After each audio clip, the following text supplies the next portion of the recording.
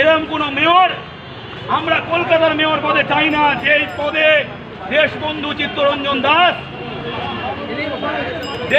চিত্তরঞ্জন দাস এবং দেশনায়ক বীর সুভাষচন্দ্র বসু যেই পদে বসেছেন, এই পদকে কলঙ্কিত করছেন উনি।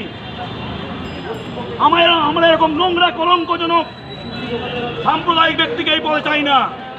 তাই বাংলা পক্ষ বলছে কলকাতার মেয়র পদে ধর্মীয় অসাম্প্রদায়িক চেতনার যোগ্য বাঙালি চাই। জয় বাংলা। বাঙালি 2021-এ বাংলা নিজের মেয়েকে চায়, এই বক্তব্যকে সমর্থন করে ভোট দিয়েছে, কোনো বহিরাগত উর্দু মেয়রের জন্য ভোট দেয়নি। এটা বুঝে নেওয়া প্রয়োজন। তাই বাংলা পক্ষ লড়ছে, আমাদের লড়াই তীব্রতর হবে, কারণ এই পদে বসে এরকম বিষ ছড়ানো যায় না, এরকম বাঙালির মধ্যে ভাগাভাগি করবেন না। জয় বাংলা। ডক্টর আব্দুল লতিফ।